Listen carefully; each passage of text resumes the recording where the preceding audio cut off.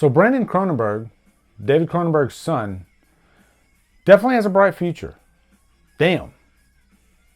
Damn. Let's review PosseSSoR.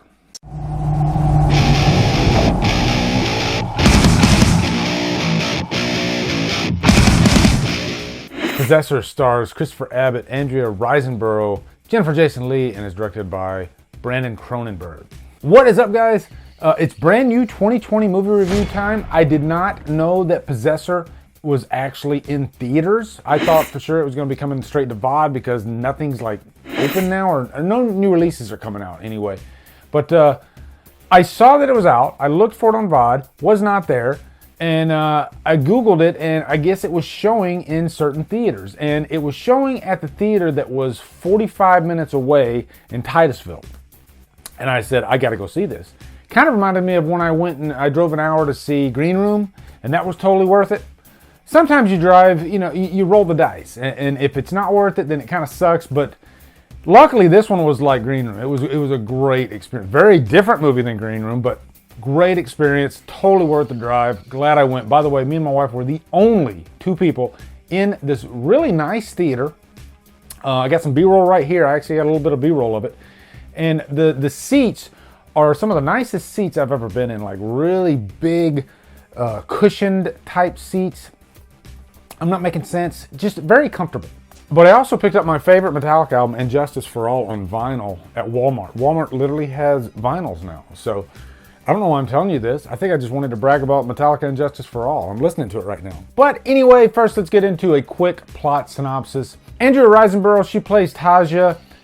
I guess she's sort of our main character of the movie. I'd say her and Christopher Abbott, who plays Colin, they're both kind of the main characters of the movie. We'll get into that. But she works for this corporation. They have her basically go into the minds of the subject and pretty much hijack their mind so they can carry out a mission, really a mission to kill a certain person and then take their own lives. So they're pretty much setting up their own crime scene, determining the outcome of the crime scene, and so they walk away unscathed. The finger's not pointed at them whatsoever. They pretty much lay the breadcrumbs for the crime scene, so it's an open and shut case. And you see that at the beginning of the movie. They're carrying out this mission, and then once she ends up killing the subject, very, very, very violently, by the way, she ends up taking her own life.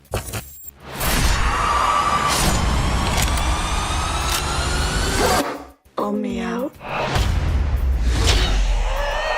And the host that she's in is this female character at the beginning.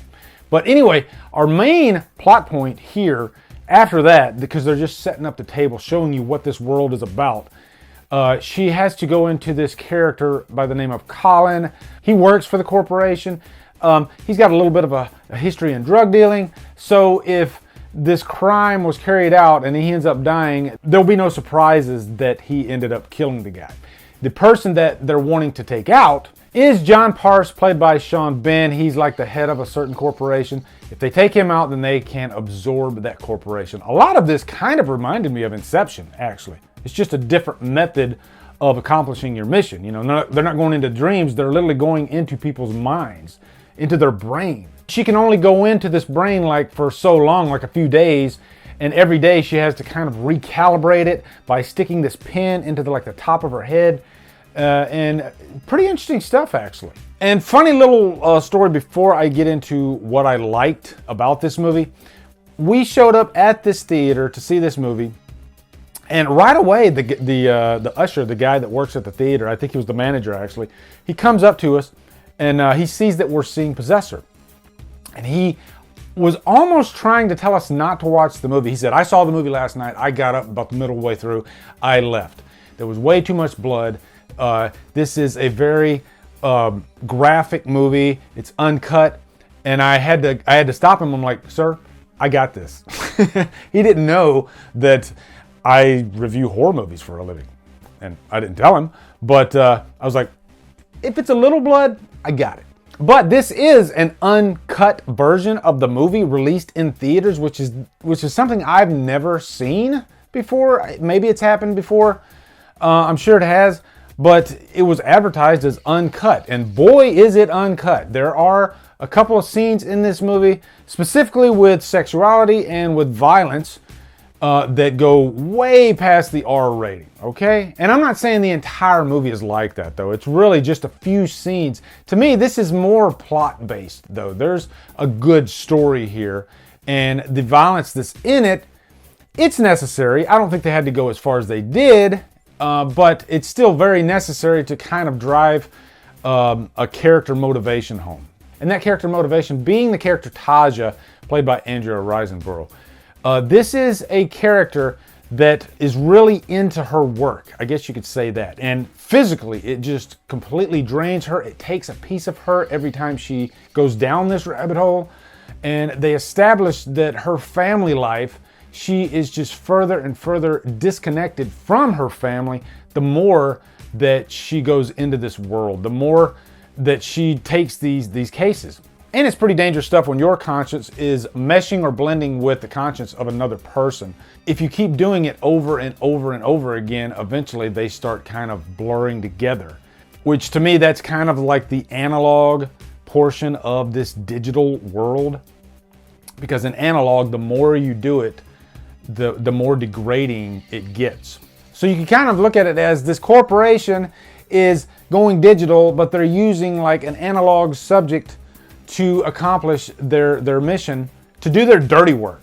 And they don't even have to do that, but it's just like greed. They're just constantly consumed by greed, so much so that they're willing to commit these crimes to absorb, other corporations. And that sounds kind of confusing and very superficial, but luckily this movie is not that. Luckily, this is a more character-based, human-based type of story. You're really engulfed in our main character, Colin, played by Christopher Abbott. Most of the movie, you're with this guy. She has taken the body of Colin. And so she's having to adjust to his lifestyle. He has a girlfriend named Ava Parse, who happens to be the daughter of the main subject, John. And one thing that I found interesting was it seemed like she was attracted to her immediately, in the body of Colin. And this movie actually gets pretty damn sexual in the middle. I think the Cronenbergs, they're not afraid to explore sexuality and really just full-on display it right on film. I guess the apple doesn't fall far from the tree, because this really felt like a Cronenberg movie, be it the father, be it the son. But it's a glorious production. It looks beautiful. I was definitely getting some like Mandy vibes while watching this. And it doesn't hurt that Andrea Riseborough was in this movie, who is a phenomenal actress. And I really enjoyed her character Taja and how they explored, her psyche and how she has this constant like disconnect with humanity because of this job. But one thing that really sticks out about her is she has this like attraction to blood, like a sexual attraction. Like there's a scene with her husband and she's just not into it. And then all of a sudden she just starts thinking about the first murder in the movie and how graphic it was. And then that turns her on. And it reminded me of like when I was just reviewing that Giallo film, The Strange Vice of Mrs. Ward. And this was a character that had kind of a strange attraction to blood. It's just an interesting idea to explore, I guess. And there are people that are attracted to blood, Maybe that's why we're so attracted to like vampires. There are buckets and buckets of blood in this movie. The scenes of violence, I'm not going to spoil it and tell you these scenes that transpire beat by beat, but man, let me just say they're really bloody and it gets really graphic. And this is one of the things that guy was like trying to warn me about, which I'm like, blood doesn't really bother me that much in movies, even if it's like a great amount of blood. I mean, of course, we were watching it and being like, ooh, yeah, that was pretty graphic. Let's just say that there's eyeballs that are messed with. There's a scene with like one of those fireplace pokers. I'll just say that, okay? But a lot of blood. Jennifer Jason Leigh, gotta mention her. She plays Gertie. She is the one that facilitates the operation before and after, gets Taja set up, and then after, she sort of acts like a therapist. She analyzes her and makes sure that she's okay.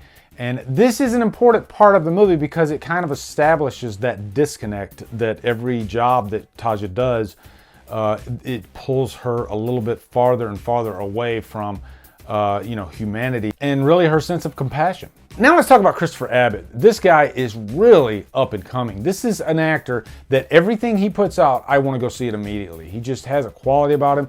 There's something there in the eyes too there's like a sadness, you know? He's one of those actors that has that look about him that he can really go into some dark places. And he definitely does in this movie. Talk about an actor to really just be able to project, because there are certain scenes where his character really just goes for it and loses it. And there are scenes in this movie where he downright makes you feel uncomfortable with just the way he's reacting to things. You know, he's just giving it 150%. But the first thing I ever saw him in was Girls, and he was very good in that. And then It Comes at Night. But yeah, just an actor that's gonna skyrocket. Christopher Abbott, I guarantee you, bright, bright future. But guys, the directing in this film, completely top notch. One thing I really loved about it from a directing standpoint is the way they handled those moments where Taj and Colin's like conscience started blending, you know? Visually, I thought it was just very interesting, and it drove the point home very well, actually. Also really striking looking though. I like the use of colors. You're gonna see a lot of yellows in this movie for some reason, but just a beautiful, beautiful looking movie, you know? And like I said, just screams Cronenberg all over it. It's great. Now, as for any cons, I would say it's not gonna be for everybody. And it's definitely not a movie that I'm gonna watch over and over and over again at this moment. I might throw it in again a couple months down the road, and maybe something else will grab me about it, but I was never bored. I think it's paced very well. I mean, this is just A-level horror. This is top notch. It's great world building. I think some of the technology attempts here, especially dealing with like flat screen TVs and whatnot, because this is obviously in the future, even though they don't like spell out what year it is. I think the set design could have been a little bit better with like, you know, maybe the TV sets and whatnot, but that's just a small thing, and it didn't really get in the way of the movie whatsoever. High purchase worthy, guys, like super high purchase worthy, and this begs to be looked at on 4K when it comes out. If you can catch it in a theater near you, I guarantee you there's only going to be a couple people in the theater anyway, so I think you'll be fine. But highly, highly enjoyed it. My wife highly enjoyed it. So yeah, really good. So anyway, guys, have you seen PosseSSoR? Let me know in the comments. Also, be sure to come over to Killer Flicks, where we talk horror all day and every day. And on Fridays, we do Free for Fridays. Follow me at Drumdums on Facebook, Twitter, Instagram, and Letterboxd. Anyway, guys, thank you so much for watching. Have a great day, and Drumdum out.